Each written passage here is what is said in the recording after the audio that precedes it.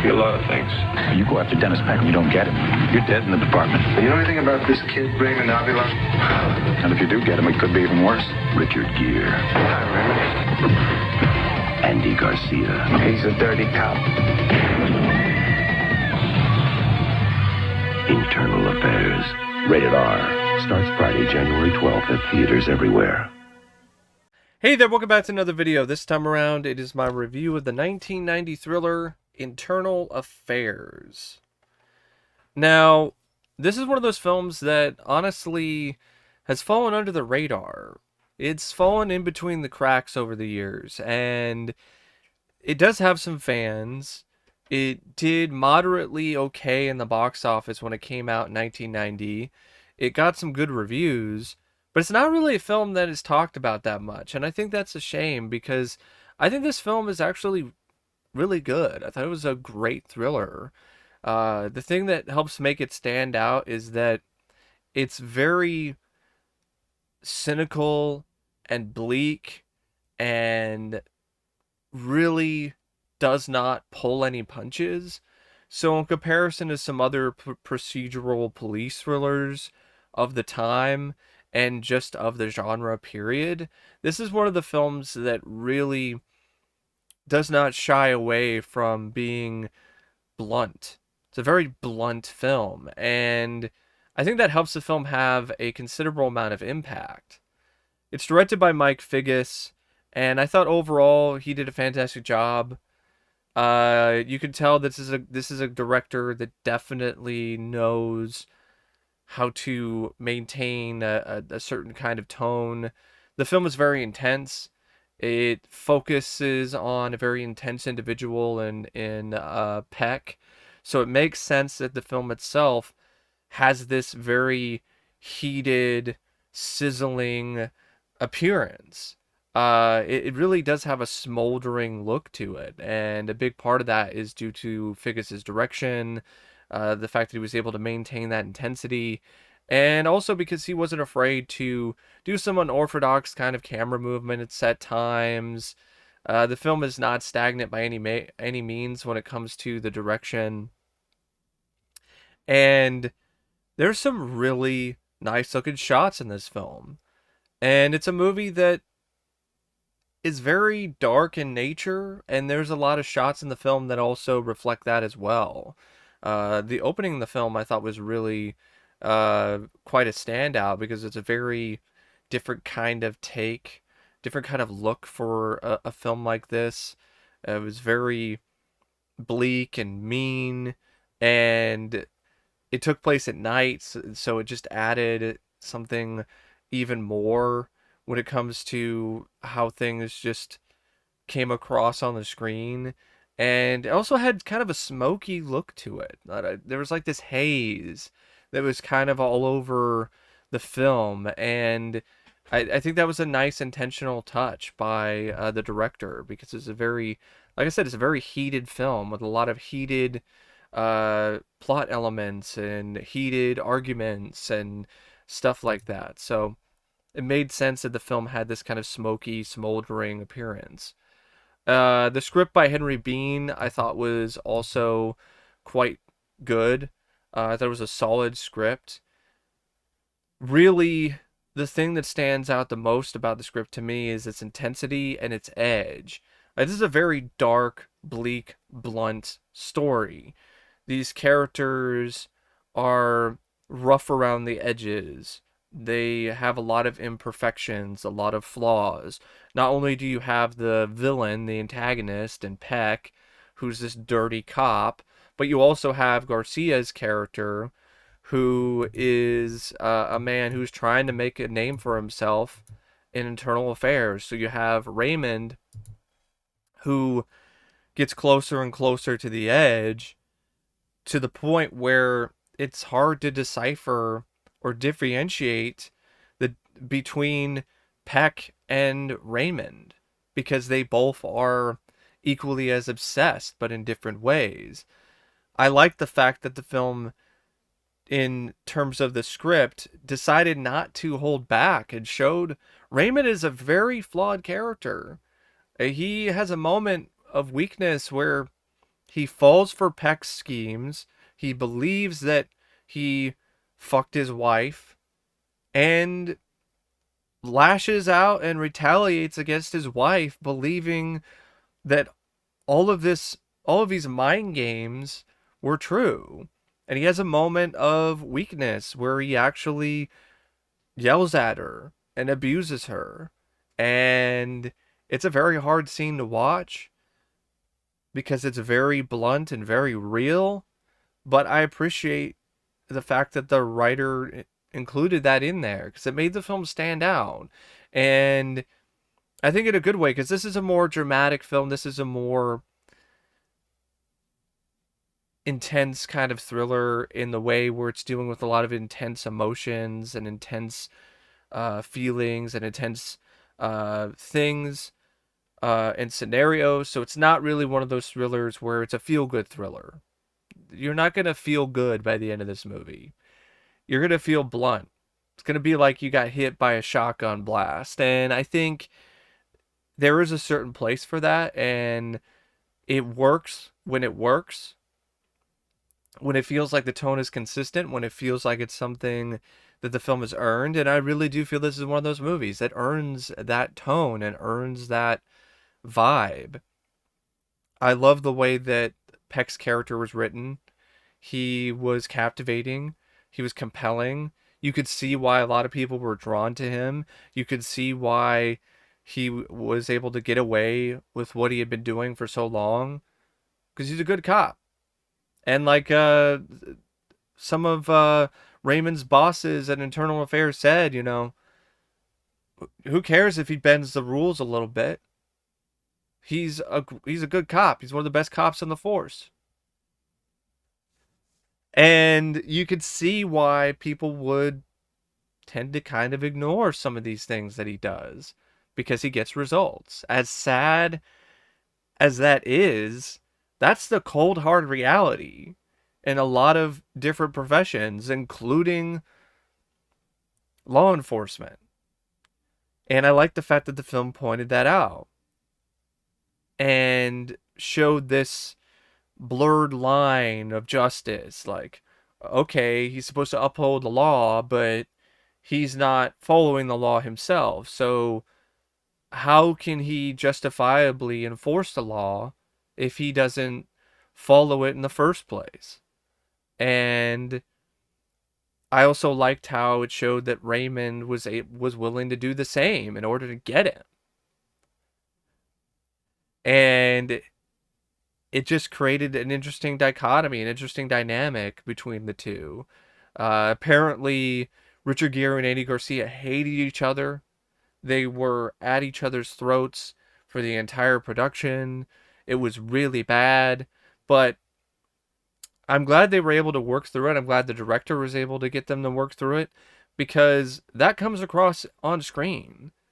The intensity that they have towards one another, their antagonistic attitudes, it's all very real because it was real. They hated each other.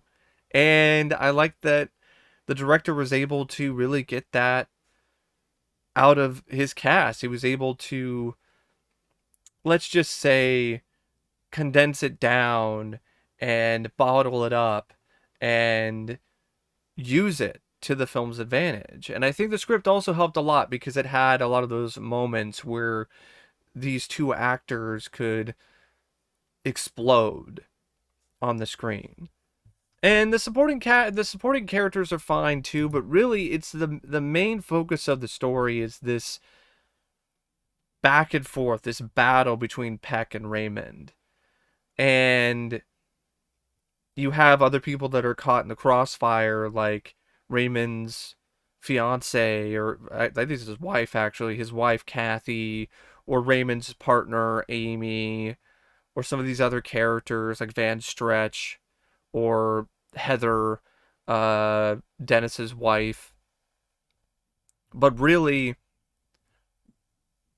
the main showcase, the main spotlight is on this war of wills and a battle for the law between Peck and Raymond.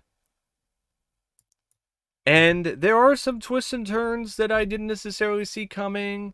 There were some that I did. I knew that Peck was gonna get so involved to the point in the investigation where he was going to take out people in order to save his own ass. I knew that was gonna happen. Um, and I knew at some point he was definitely going to have to face the music by the end of the film, and he definitely does. But there were some other things that unfolded that I didn't necessarily see coming in terms of a certain climactic sequence and the end denouement of a supporting character was very integral to the plot. So there are a few things that did surprise me. I would say screenplay wise, the reason why I call it a solid script is that it does have moments where it did throw me for a loop, but not a lot of them. So there's a lot of stuff that is very kind of been there, done that when it comes to this genre. So I can see why some other critics were like, well, this is kind of generic and kind of uh, too similar to some other films of this nature. I've kind of seen this done before. But there are certain lines that Peck in particular crosses, and Raymond at times, that really are quite shocking. The elevator sequence where Peck, or even prior to that, where Peck is just he's essentially telling Raymond in public, I could fuck your wife and there's not a damn thing you can do about it. And it's like, oh shit, this is a guy who not only is on a power trip, but he's had this power and he's able to wield it. He's able to use it. And that's terrifying. That's scary. It's really a scary thing when you have a police officer who is so well respected and loved by those around him that if he goes bad, if he decides to become a dirty cop, well, he can get away with it. He can still have this power. He can still do all these fucking shady, corrupt things because the alternative is he's off the force and he's not taking out these bad guys. He's not helping the department reach their quotas. And I also like the fact that the film really did put a spotlight on internal affairs, a part of the department and a part of the workforce that is very undervalued, not really talked about that much, normally considered to be boring, very boring work. And I like the fact that the film showed that there are times where it's every bit as thrilling as a detective trying to solve a mystery. Now, as solid as the script is, really the cast is what makes this film so great. Mainly Richard Gere and Andy Garcia, who deliver honestly two of their best performances of their entire career. Richard Gere is almost completely, totally unrecognizable as Peck. He plays such a epic prick in this film. Uh, but he does such a wonderful job playing such a awful, just psychotic person that he just seamlessly bonds with his character. It just creates a very unforgettable role. I really thought his performance was just top notch and just absolutely terrific. You really could not take your eyes off the screen when it comes to the scenes that featured Peck, that featured Richard Gere playing this character. It just showcased Richard Gere's range. He could play the guy who's falling in love with Julia Roberts in Pretty Woman, or he could play some of these other roles that he was known for in his career. He could be the American Gigolo, but then he could also be a sociopathic, dirty cop who you don't want to cross and you don't want to mess with, and it's authentic and it's believable because he's a great actor. And this is a prime example of that. Andy Garcia, he also holds his own really well too, with an equally amazing performance of equal intensity as Raymond. I thought that he and Gere were just a great foil for one another. And yeah, they may have hated each other while shooting this film, but you know what? That animosity was a positive. The filmmakers and everyone on the set, they managed to turn that into a positive. And I think Richard Gere in an interview later on has admitted that it did actually help the film. He wishes that they got along better, but at the end of the day, it did help the film. Nancy Travis, she's fine too as Raymond's wife. Laurie Metcalf, though, she almost steals the show as Amy Wallace, Raymond's partner. Every scene that she was in, I thought she was excellent. And it was very refreshing to see a character in a film like this that had a different kind of sexuality. She was a lesbian, and they didn't really like pound it into your head either. It was very subtle, and I appreciated that. It was a different kind of take on a character like that. I Richard Bradford, William Baldwin, Anabella Sciorra, they also have some nice supporting cast roles, as well as Michael Beach and Faye Grant. You have a young Elijah Wood who plays Van Stretch's young son, Sean. And yeah, pretty nice cast, but really the main attraction is definitely Gere and Garcia. The film also features some nice looking cinematography by John A. Alonso, which fits Mike Figgis's smoldering direction really well. The editing is quite noteworthy and effective by Robert Estrin, especially in the climax, in the final showdown between Richard Gere and Andy Garcia. I really love the shot where Richard Gere's character shows up. Actually, no, it was Andy Garcia. Richard Gere is Peck is going after Raymond's wife, and Garcia shows up behind a mirror and breaks through the glass. I thought that was a great looking shot. It was a really striking visual. And there's a few different sequences like that throughout the film where the editing really does emphasize the cinematography and the direction. The score, it's okay. It's very atmospheric, very moody. It fits the film well, but it's not something I would listen to over and over again. But I did like the fact that it was fairly unique for a film like this. I've heard other critics mention this, but I think it's a perfect way to describe the score.